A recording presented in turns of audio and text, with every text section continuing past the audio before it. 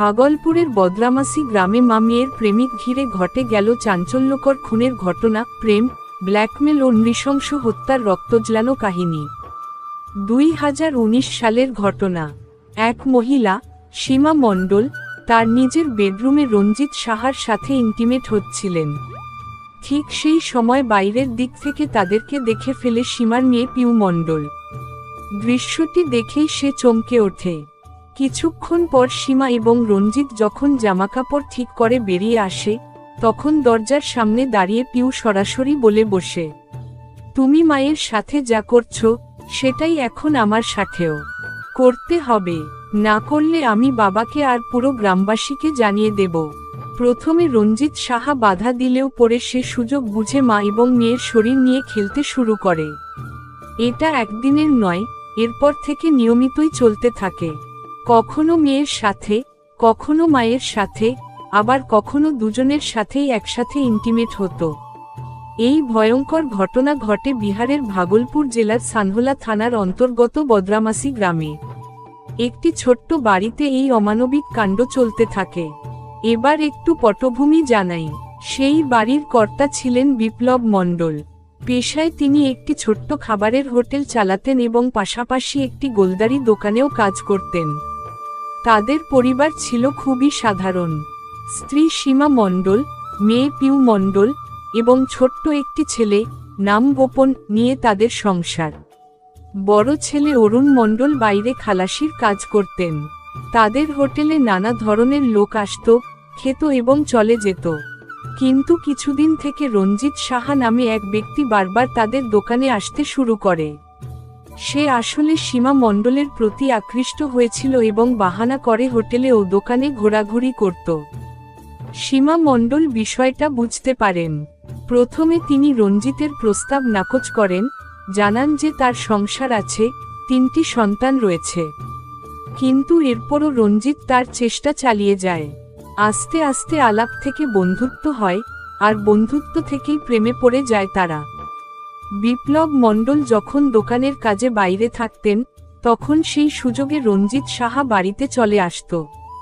সীমার ছোট ছেলে আর মেয়ে পিউ থাকলেও তাদের ফাঁকি দিয়ে সীমা ও রঞ্জিত একে অপরের সাথে মেলামেশা করত। এভাবে শারীরিক সম্পর্ক গড়ে ওঠে। একদিন পিউ মণ্ডল তাদের এমন অবস্থায় দেখে ফেলে। চমকে উঠলেও কোথাও যেন সে রঞ্জিত সাহার পুরুষত্বের প্রতি আকৃষ্ট হয়ে পড়ে। নিজের মাকে ভুলে গিয়ে সে ভাবে, যদি আমিও পাই এই পুরুষটিকে। এই চিন্তাতেই পিউ মণ্ডল সিদ্ধান্ত নেয় ব্ল্যাকমেল করার। আর তাই দরজার সামনে দাঁড়িয়েই রঞ্জিত সাহাকে ব্ল্যাকমেল করে, তুমি যা মায়ের সাথে করছো সেটা আমার সাথেও করতে হবে। সীমা মণ্ডল প্রথমে কিছু না বললেও পরে চুপচাপ সম্মতি দেয়। আর রঞ্জিত সাহাও প্রথমে ইতস্তত করলেও পরে রাজি হয়ে যায়। শুরু হয় মা মেয়ে আর প্রেমিকের বিকৃত যৌনলীলা।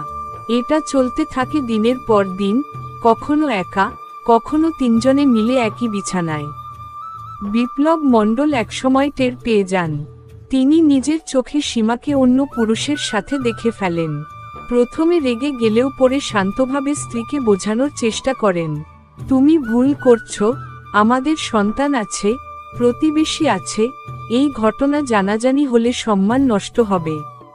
কিন্তু সীমা মণ্ডল তার প্রেমিককে ছাড়তে রাজি হয় না। প্রথমে হ্যাঁ বললেও পরে আবার রঞ্জিতের সাথে সম্পর্ক চালিয়ে যেতে থাকে। একদিন বিপ্লব মণ্ডল দেখতে পান রঞ্জিত সাহা তার মেয়ে পিউয়ের সাথেও ঘনিষ্ঠ হয়ে পড়েছে। এতে হতভম্ব হয়ে যান তিনি সীমাকে বলেন, তুমি যাকে নিয়ে প্রেম করছো সে তো এখন তোমার মেয়েকেও ছাড়ছে না। এরপর শুরু হয় চরম ষড়যন্ত্র। সীমা ও পিউ মিলে প্ল্যান করে বিপ্লব মণ্ডলকে সরিয়ে দিতে। রাতের অন্ধকারে তারা মিলে তাকে ধরে ফেলে। রঞ্জিত সাহাও আসে এবং তারা 3 জনে মিলে বিপ্লব মণ্ডলের গলা টিপে হত্যা করে। খুনের পরে বিপ্লবের মৃতদেহ লুকাতে উঠে পড়ে লাগে তারা। গ্রাম এলাকা হওয়ায় বাইরে কোথাও লাশ ফেলতে পারছিল না, তাই সিদ্ধান্ত নেয় বাড়ির উঠোনের মাটির নিচে পুঁতে ফেলবে। মাটি খুঁড়ে কোনো মতে লাশ পুঁতে দেয় তারা। তারপর উঠোনের ওপর ইট বিছিয়ে দেয় যেন সন্দেহ না হয়। কিছুদিন কেটে যায়, কিন্তু গন্ধ বের হতে শুরু করে বাড়ি থেকে। পাশের বাড়ির একজন ভাইজি ফোন করে অরুণ মণ্ডলকে। অনেকদিন হয়ে গেল কাকা, বিপ্লব মণ্ডলকে দেখছি না। অরুণ মণ্ডল বাড়ি ফিরে এসে মাকে ও বোনকে জিজ্ঞাসা করে। তারা জানায়, আমরা জানি না উনি কোথায় চলে গেছেন। অরুণ থানায় গিয়ে মিসিং ডায়েরি করে। এরপরে থানায় আরও একটি ফোন আসে। কেউ জানায় বাড়ির উঠোন থেকে দুর্গন্ধ বেরোচ্ছে।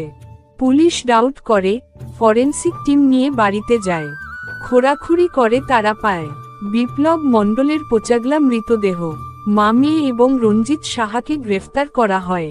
পুলিশি জেরায় তারা ভেঙে পড়ে এবং পুরো সত্য ঘটনা স্বীকার করে।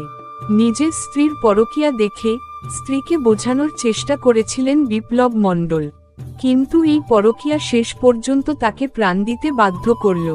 আজকের সমাজে পরকীয়া ও ভ্রষ্টতা কত বড় অপরাধের দিকে ঠেলে দেয়, এই ঘটনাই তার সবচেয়ে বড় উদাহরণ।